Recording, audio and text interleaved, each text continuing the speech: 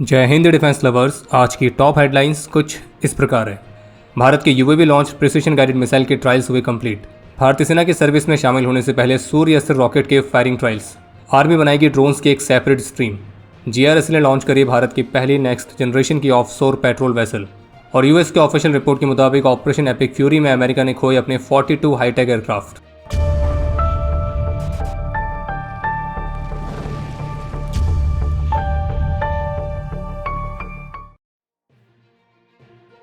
कल 19 मई को डीआरडीओ ने कुरनूर के पास डीआरडीओ टेस्ट रेंज में भारत के स्वदेशी UAV launched precision guided missile यानी कि ULPGM-V3 तो इसके एयर टू ग्राउंड और एयर टू एयर इन दोनों ही मोड्स में सफलतापूर्वक final deliverable configuration development trials को कंप्लीट किया है। और इस वेपन सिस्टम को कमांड और कंट्रोल करने के लिए इंटीग्रेटेड ग्राउंड कंट्रोल सिस्टम का इस्तेमाल किया गया था। और जिस तरह से कल इसे एयर टू ग्राउंड और एयर टू एयर इन दोनों ही मोड्स में टेस्ट किया गया है, तो इसका मतलब ये है कि ये जो मिसाइल सिस्टम है ये दुश्मन के टैंक से लेकर उनके ड्रोन्स, हेलीकॉप्टर्स और अन्य एयरबॉर्न टारगेट्स को भी डिस्ट्रॉय करने में सक्षम है। और कल इसके V3 वाले वर्जन को टेस्ट किया गया था, जो कि इसका एक्सटेंडेड रेंज वाला वर्जन है, जो कि पैसिव होमिंग के साथ लेजर गाइडेंस और high definition dual channel IIR Sikar के साथ इक्विप्ड है, जिसकी वजह से इसे दिन और रात दोनों ही तरह के ऑपरेशंस में इस्तेमाल किया जा सकता है। और ये अपने साथ जो 12.5 किलोग्राम की फायर एंड फॉरगेट मिसाइल को कैरी करता है, तो उसकी दिन में जो मैक्सिमम रेंज है वो 4 किलोमीटर्स तक है और रात में 2.5 किलोमीटर्स तक। हालांकि इस रेंज को 10 किलोमीटर्स तक भी बढ़ाया गया है। और अलग अलग तरह के टारगेट्स को एलिमिनेट करने के लिए एक मॉड्यूलर वॉरहेड कॉन्फ़िगरेशन के साथ आता है, जैसे कि टैंक्स के लिए एंटी आर्मर वर्जन, बंकर्स के लिए PCB वॉरहेड और ऐसे अन्य सभी। ये ऑटोनॉमस मोड में फंक्शन कर सकता है। और इसका जो V3 वर्जन है वो लो और हाई ऑल्टीट्यूड दोनों ही तरह के टेरेन में अलग अलग वैरायटी के टारगेट्स को एंगेज करने में सक्षम है। रही बात इसकी मैन्युफैक्चरिंग की, तो वो 2 कंपनीज कर रही हैं, जिसमें से एक है अडानी डिफेंस और दूसरी है भारत डायनामिक्स लिमिटेड। और अब कल इसके डेवलपमेंट ट्रायल्स भी कंप्लीट हो चुके हैं। इसका मतलब ये है कि ये सर्विस में इंडक्ट होने के और भी करीब पहुंच चुका है। लेकिन उससे पहले इंडियन आर्म फोर्सेज द्वारा इसके यूजर ट्रायल्स भी कंडक्ट किए जाएंगे। और कल के ट्रायल्स में इस वेपन सिस्टम को टेस्ट करने के लिए जिस UAV का इस्तेमाल किया गया था, तो वो भारत की Bengaluru based firm New Space Research and technologies द्वारा विकसित किया गया था। और इससे आप समझ सकते हैं कि इस वेपन सिस्टम में भारत की कैसे मल्टीपल कंपनीज एक साथ काम कर रही हैं, जैसे कि DRDO लैब RCI ने DRDL, TBRL और HEMRL जैसी अलग अलग लेबोरेटरीज के साथ मिलकर इसकी मिसाइल को विकसित किया है। भारत डायनेमिक्स और अडानी डिफेंस इसको मैन्युफैक्चर कर रहे हैं। और जिस UAV से मिसाइल लॉन्च की गई, तो उसको Bengaluru based firm New Space Research and Technologies ने विकसित किया है। भारत की Pune based private defence firm Nibe limited ने चांदीपुर की इंटीग्रेटेड टेस्ट रेंज में अपने सूर्य अस्त्र रॉकेट्स के फायरिंग डेमोन्स्ट्रेशंस को सफलतापूर्वक कंडक्ट किया है। और इन रॉकेट्स ने 150 किलोमीटर से 300 किलोमीटर्स तक की रेंज को अचीव किया था। और इन फायरिंग ट्रायल्स के दौरान इन रॉकेट्स की जो CEP है वो 1.5 मीटर से 2 मीटर्स के आसपास रही थी, और जो कि इस रॉकेट की कमाल की एक्यूरेसी को दर्शाता है। CEP 1.5 मीटर से लेकर 2 मीटर का मतलब ये भी है कि इन ट्रायल्स के दौरान जब इस रॉकेट को टारगेट पर फायर किया गया था, तो अधिकतर जो शॉट्स हैं वो टारगेट के 1.5 से 2 मीटर के अंदर ही लैंड हुए हैं, यानी कि इंटेंडेड टारगेट के बेहद ही करीब तक इस वेपन ने हिट किया है। और इस 1.5 से 2 मीटर तक की CEP को बेहद ही एक्यूरेट माना जाता है। और बाकी जैसे कि कंपनी का कहना है कि इन सूर्य अस्त्र सिस्टम्स को विशेष रूप से दुश्मन की टेरिटरी में बेहद ही डीप प्रिसाइज स्ट्राइक्स करने के लिए ही डिज़ाइन किया गया है। और इसलिए इसकी जो मारक क्षमता है वो 150 किलोमीटर से 300 किलोमीटर तक है, यानी कि किसी कन्वेंशनल आर्टिलरी सिस्टम से कहीं ज़्यादा।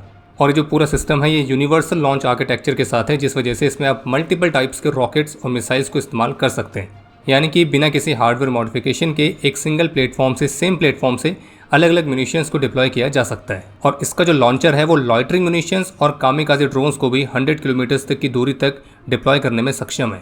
इस सिस्टम को high mobility all terrain vehicle पर भी माउंट किया गया है, जिस वजह से इसको शूट एंड स्कूट कैपेबिलिटी मिलती है।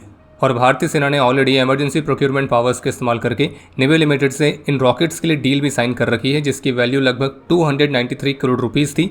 और जो कल फायरिंग डेमोन्स्ट्रेशंस कंडक्ट किए गए थे वो इसी प्रोक्योरमेंट ऑर्डर का हिस्सा थे।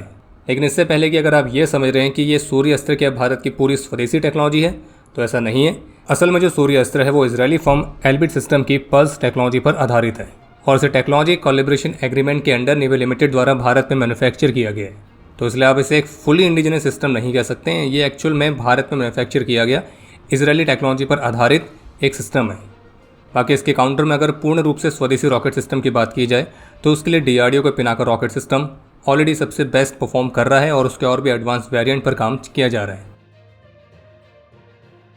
हाँ, जीआरएससी ने भारतीय नौसेना के लिए पहली नेक्स्ट जनरेशन की ऑफशोर पेट्रोल वेसल को औपचारिक रूप से लॉन्च कर दिया है और इस पहली next generation offshore patrol vessel का नाम है संघमित्रा।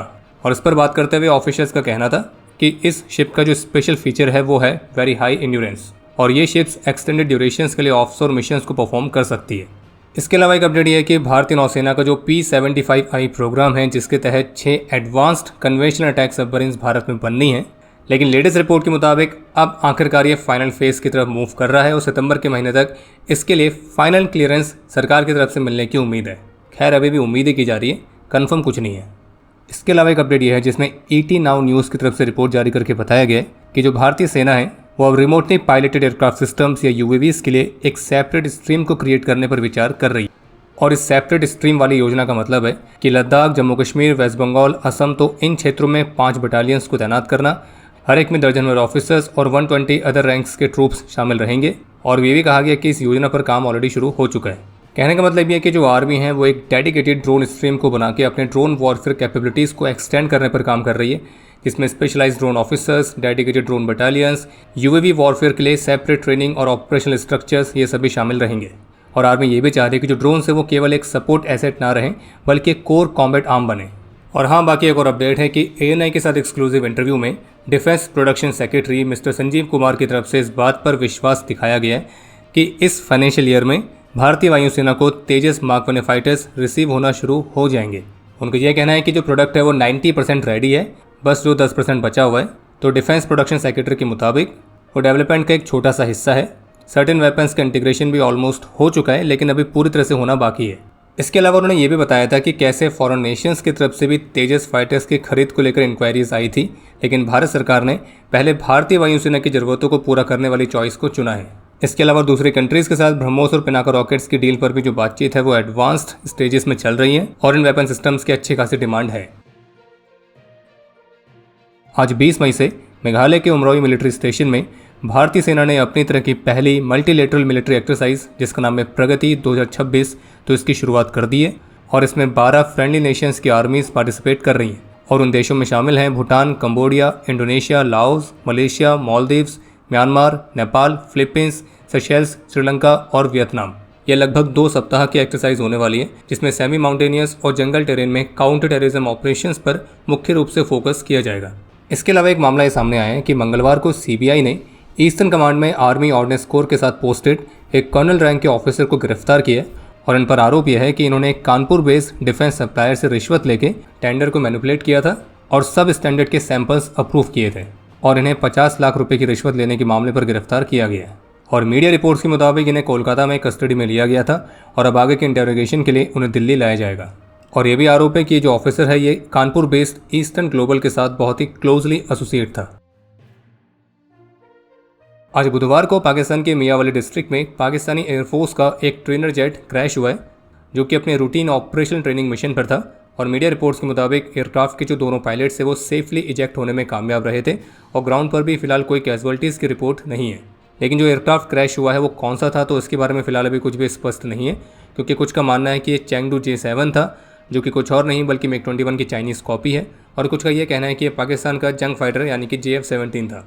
बाकी क्रैश का जो कारण है वो मीडिया रिपोर्ट्स के मुताबिक इंजन में आई कोई तकनीकी खामी की वजह से हुआ है, जबकि कुछ तो ये भी कहते रहे कि शायद तेल खत्म हो गया है।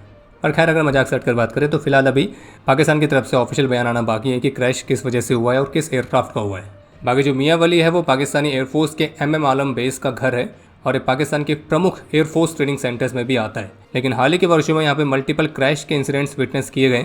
वो बात अलग है कि उन क्रैश की जो अधिकतर जानकारी है वो छुपा ली जाती है। इसके अलावा एक महत्वपूर्ण अपडेट ये है कि कांग्रेचुलर रिसर्च सर्विस यानी कि CRS की ऑफिशियल रिपोर्ट के मुताबिक 28 फरवरी से जो ईरान के खिलाफ US ने अपने ऑपरेशन एपिक फ्यूरी को लॉन्च किया था, तो इस ऑपरेशन के दौरान अमेरिका ने अपने लगभग 42 एयरक्राफ्ट को खोया है, जिनमें फाइटर जेट्स और ड्रोन्स ये सभी शामिल हैं। और इनमें 4 F-15E strike eagle fighter jets, एक F-35A लाइटनिंग II, एक A-10 Thunderbolt 2 ground attack aircraft, 7 KC-135 Stratotanker aerial refuelling aircraft, एक E-3 सेंट्री एवैक्स aircraft, 2 MC-130J Commando 2 special operation aircraft, एक HH-60W Jolly Green 2 helicopter, 24 MQ-9 Reaper drones और एक MQ-4C Triton drone. बाकी operation Sindoor के समय जो वेस्टर्न मीडिया भारत के जेट्स को गिराने वाले पाकिस्तान के फेक नैरेटिव को स्प्रेड करने में लगी हुई थी और यूएस के प्रेसिडेंट तक खुद जब भी पाकिस्तान और भारत के कॉन्फ्लिक्ट की बात होती है तो कभी 7, कभी 8, कभी 11 तो इन फाइटर एयरक्राफ्ट के लॉस होने की बातें करते रहते हैं। हालांकि वो ये नहीं बताते हैं कि वो किसके एयरक्राफ्ट की बात कर रहे हैं। पर इंटरेस्टिंग बात ये कि वही वेस्टर्न मीडिया यूएस के प्रेसिडेंट ये जो ऑपरेशन एपिक फ्यूरी में इन्होंने 42 एयरक्राफ्ट खोए हैं जिनमें F-35 जैसे एडवांस्ड फाइटर जेट्स तक शामिल हैं, तो इनके बारे में तो कोई बात भी नहीं कर रहा है। और इन लॉसेस की पुष्टि तो खुद यूएस के ऑफिशियल रिपोर्ट्स ने करी है और इस पर आपके जो भी विचार है आप उसे कमेंट सेक्शन में शेयर कर सकते हैं। बाकी अब समय है आज के इतिहास का। आज के दिन 2017 में जम्मू कश्मीर में एक ऑपरेशन के दौरान अपने अदम्य साहस और वीरता का परिचय देते हुए हवलदार गिरीश गुरंग, हवलदार दमर बहादुर पुन और राइफलमैन रविंद्र शर्मा ने अपना सर्वोच्च बलिदान दिया था। हवलदार गिरीश को मरणोपरांत कीर्ति चक्र से और हवलदार दमर बहादुर पुन और राइफलमैन रविंद्र शर्मा को मरणोपरांत सेना मेडल से सम्मानित किया गया। आज के दिन 2018 में जम्मू कश्मीर में ही ऑपरेशन के दौरान नायक दीपक कुमार नैनवाल ने अपना सर्वोच्च बलिदान दिया था। आज के दिन 1994 में जम्मू कश्मीर में ही अपने अदम्य साहस और वीरता का परिचय देते हुए सेकंड लेफ्टिनेंट ऋषि मल्होत्रा वीर गति को प्राप्त हुए थे और इन्हें मरणोपरांत कीर्ति चक्र से सम्मानित किया गया। आज भारत के परमवीर कंपनी हवलदार मेजर पीरू सिंह की बर्थ एनिवर्सरी भी है। और आपके लिए आज का प्रश्न है कि कॉम्बैट में एयर टू एयर किल का सबसे हाईएस्ट रिकॉर्ड किस फाइटर जेट के पास है। और अब समय है आज के टॉप 3 कमेंट्स का जो ये रहे आपकी स्क्रीन पर।